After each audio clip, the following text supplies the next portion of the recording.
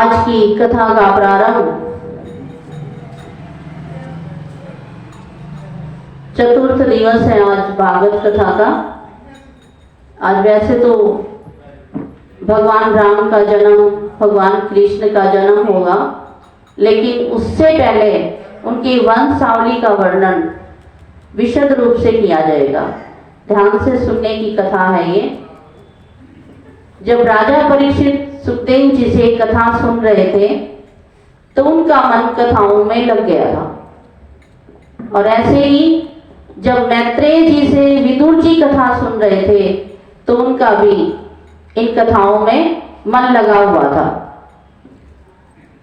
तो यहाँ भी राजा परीक्षित कहते हैं,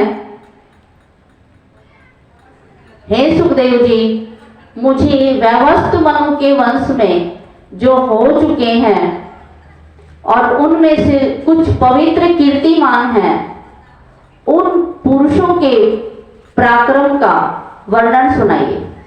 देखिए, हमारे भी संतान होती हैं, किसी के 2 हैं, किसी के 3 हैं, किसी के 1 है, किसी के 4 हैं। कुछ समय पहले 6-6, 7-7 संतानें सबके होती थी, परंतु कुछ विशेष होते हैं उनमें से। उन बच्चों का हम वर्णन ज्यादा करते हैं, और बड़े होकर के भी 2-3 में से एक कुछ ज्यादा ही विशेष बच्चा होता है। तो ऐसे ही राजा तो मनुवंश में बहुत अधिक हुए हैं, परंतु उन राजाओं में कुछ विशेष राजा हुए हैं, क्योंकि उनका वंश बड़ा विस्तृत वंश है। विशिष्ट राजाओं का चित्रण आज आपके सामने होगा। सूर्यताम मानवो वंश प्राचुर्येण परम तपा न शक्यते विस्तरतो वक्तुम वर्ष शतैरपि। यानी सैकड़ों वर्षों तक भी हम इनकी कथा का चित्रण नहीं कर पा सकते, लेकिन मुख्य मुख्य राजाओं का वर्णन हमारी कथा में रहेगा। तो सुखदेव जी महाराज कहते हैं, हे परीक्षित, तुम मनुवंश का वर्णन संक्षेप में सुनो। विस्तार से तो सैकड़ों वर्ष लग जाएंगे, तो कुछ जो मुख्य हैं उनका वर्णन हम आज विशद रूप से करते हैं। तो सुखदेव जी महाराज कहते हैं कि राजा परीक्षित, जो नर नारायण भगवान थे, उनकी नाभि से एक स्वर्ण कमल का कोश प्रकट हुआ, और उन्हीं से ब्रह्मा जी का चतुर्मुख आविर्भाव हुआ, और ब्रह्मा जी के मन से मारीची पैदा हुए, और मारीची के पुत्र कश्यप हुए। कश्यप की पत्नी दक्ष नंदिनी अदिति से विवस्वान सूर्य का जन्म हुआ। विवस्वान का विवाह संज्ञा के साथ हुआ, और उससे श्राद्ध देव नाम के मनु का जन्म हुआ। राजा श्राद्ध देव और उनकी पत्नी श्रद्धा से 10 पुत्रों की प्राप्ति हुई। इनके जो 10 पुत्र थे वो ये थे, इक्ष्वाकु, नृग, शर्याति, दिष्ट, दृष्ट, करुष, नरिशंत, प्रशग्र, नभग और कवि। ये व्यवस्थ मनु पहले संतानहीन थे। अप्रजस्य मनोपूर्वम, पहले इनके प्रजा नहीं थी, पहले इनके संतान नहीं थी।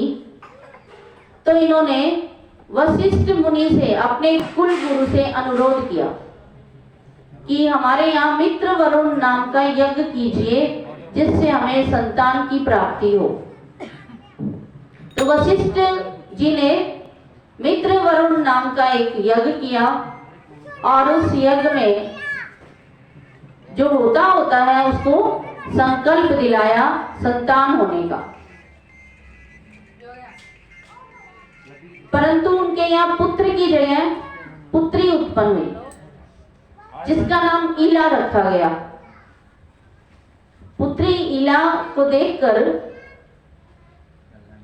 राजा श्राद्ध देव ने कहा वशिष्ठ मुनि को कि आप तो मंत्र ज्ञान में पूर्ण हैं, आप जितेंद्रिय भी हैं, फिर मुझे पुत्र की जगह पुत्री की प्राप्ति कैसे हुई? तो वशिष्ठ मुनि ने ध्यान किया और वशिष्ठ मुनि ने कहा कि आपके पत्नी ने संकल्प लिया था कि मेरे यहाँ पुत्री होनी चाहिए, क्योंकि जब भी कोई हवन कराता है तो हवन में या किसी यज्ञ में कोई मनोकामना रखी जाती है। तो पति ने तो रखी थी पुत्र प्राप्ति के लिए और श्रद्धा देवी ने रखी पुत्री प्राप्ति के लिए, क्योंकि मुख्य होता वो यज्ञ में वो थी। तो वशिष्ठ मुनि ने कहा कि मैं कुछ प्रयास करूंगा। उन्होंने भगवान शिव की आराधना की।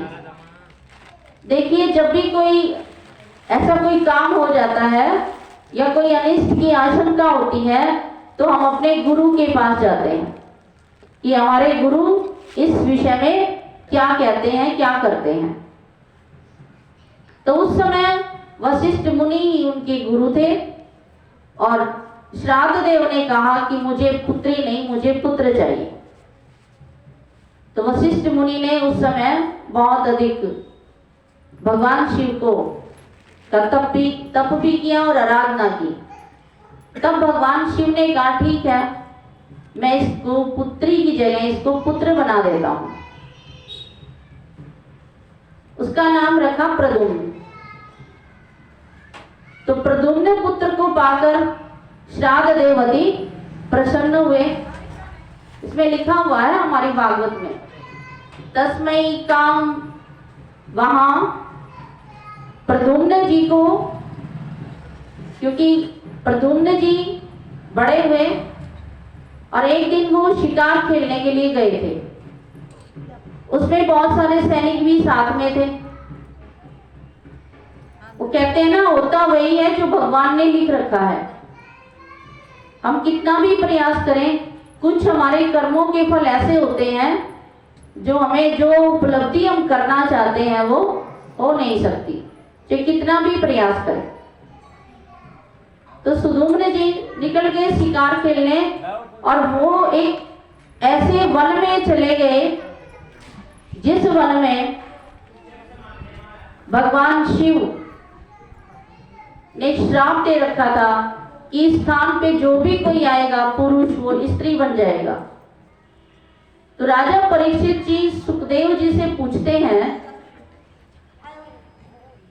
कि ऐसा कैसा वन था वो, उस वन में भगवान ने ये वरदान या श्राप क्यों दिया था कि यहाँ जो भी आएगा वो स्त्री बन जाएगा। तो सुखदेव जी महाराज कहते हैं, एक बार की बात है कि भगवान शिव अंबिका देवी के साथ विहार कर रहे थे। उसी समय कुछ मुनियों का उस स्थान पर आना हुआ। जब उनको ये पता चला कि भगवान शिव और पार्वती यहाँ एकांत में हैं, तो वो वहां से चले गए। लेकिन माता पार्वती कुछ क्रोधित हुई, तो भगवान शिव ने उनकी प्रसन्नता के लिए कहा कि ये जो स्थान है, आज के बाद इस स्थान पर जो भी प्रवेश करेगा स वही योषित भवेति, यानी वो कि स्त्री जाति का हो जाएगा। तो ऐसे ही प्रद्युम्न के साथ हुआ। प्रद्युम्न उस वन में चला गया और वो जाते ही उस स्थान पर क्या हो गया, पुरुष से स्त्री बन गया। उसके साथ घोड़ा था वो भी स्त्रीलिंग में हो गया और जो भी सैनिक थे वो सब सुंदर नारी बन गए और वन में विचरण कर रहे हैं सारे। और वहीं पर शक्तिशाली बुद्ध ने देखा कि मेरे आश्रम के पास स्त्रियों से घिरी हुई एक सुंदर स्त्री है, विचर रही है। और उस सुंदर स्त्री के मन में भी आया कि इस चंद्र कुमार बुद्ध को मैं अपना पति बनाना चाहूं। और वहीं पर उसके बुद्ध के द्वारा एक पुरूरवा नाम का एक पुत्र उत्पन्न हुआ। काफी समय बीत गया। सुधुम्न जी स्त्री बने हुए वहां रह रहे थे। फिर एक दिन वशिष्ठ जी का स्मरण किया, गुरु का स्मरण किया। तो गुरु का स्मरण करते ही वशिष्ठ मुनि ने पूछा कि क्या बात है, तो सुधुम्न ने कहा कि महाराज ऐसा ऐसा है, मैं तो वन में आया था और यहाँ इस स्थान पर पांव रखते ही मैं स्त्री बन गया और चंद्रदेव के द्वारा मुझे एक संतान की प्राप्ति भी हुई है, जिसका नाम हमने पुरुरवा रखा है। तो भगवान वशिष्ठ ने गुरुदेव वशिष्ठ ने फिर आराधना की भगवान शिव की। शिव ने कहा कि अब आराधना करो भगवती देवी की, क्योंकि श्रीमद् भागवत देवी पुराण में लिखा हुआ है, ये जो कहानी है ये देवी पुराण में भी आता है। तो देवी की कृपा से और भगवान शिव की कृपा से उनको ये आशीर्वाद मिला कि ये 1 मास तक स्त्री और 1 मास तक पुरुष रहेगा, और जब पुरुष अवस्था में होगा तब अपना राजकाज करे। तो इस प्रकार से वहां पर जब अपने राज्य में सुधुम्न आता है तो सुधुम्न राजकाज को संभालता है, परंतु 1 महीना तो वो स्त्री होते हैं, तो स्त्री होने के नाते वो घर के अंदर ही रहते, और जब पुरुष होते तो राजकाज चलाते। तो इस प्रकार से उनको राजकाज चलाते काफी समय हो गया, और फिर इनके 3 पुत्र हुए, उत्कल, गय और विमल नाम के। वो सब दक्षिण पथ के राजा हुए, और वृद्धावस्था में सुधुम्न ने अपने पुत्र पुरुरवा को राज्य दे दिया और तपस्या करने के लिए वन में निकल गया। क्योंकि पहले के जितने भी राजा हुए हैं सभी राजा कहाँ जाते हैं? वन में जाते हैं, घर गृहस्थी को छोड़ करके भगवान की याद में। परंतु आज तो हमारे पास ना तो इतने वर्ष हैं, कोई 60, 70, 80 साल के हो जाए तब भी यूं कह देते हैं कि 70 साल का हो लिया था, यानी कि कोई बड़ी बात नहीं है। और तब तो हजारों वर्ष की उम्र होती थी, 100 साल की तो बात ही क्या है। इतने वर्ष जितनी हमारी आयु है इससे अधिक वर्ष तक तो वो तपस्या करते थे। खान पान भी ठीक होता था, क्योंकि प्रकृति जो दे रही थी वो प्रकृति बहुत अच्छा प्रदान कर रही थी। वैवस्त्र मनु के इन्हीं पुत्रों में जो 10 पुत्र बताए थे उनमें एक प्रशग्र नाम का एक पुत्र था। गुरु वशिष्ठ जी की आज्ञा से उनको गायों की रक्षा में नियुक्त किया था कि आपको कोई काम नहीं करना, आपको सिर्फ गायों की रक्षा करनी है रात्रि के समय। तो प्रशग्र रात्रि के समय गायों की रक्षा करता हुआ तो एक बार बहुत तेज बरसात हुई, और बरसात रुक ही नहीं रही थी, क्योंकि आजकल तो हमारे लाइट के बहुत अधिक प्रबंध हैं, उस समय इतने प्रबंध तो होते नहीं थे। अंधकार और ऊपर से बरसात, तो उसे पता चला कि एक शेर गायों के बीच में आ गया है। तो उसने देखा कि इधर शेर गया है, उधर ही अपनी तलवार निकाली और चला ली।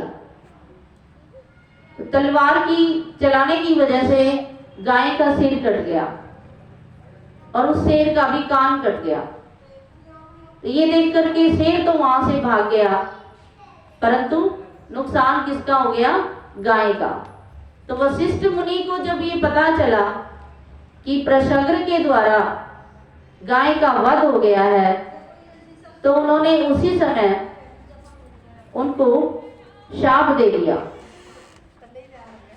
शाप स्वीकार करके प्रशग्र ब्रह्मचर्य व्रत को धारण करके भगवान वासुदेव की अनन्य भक्ति में लीन हो गया।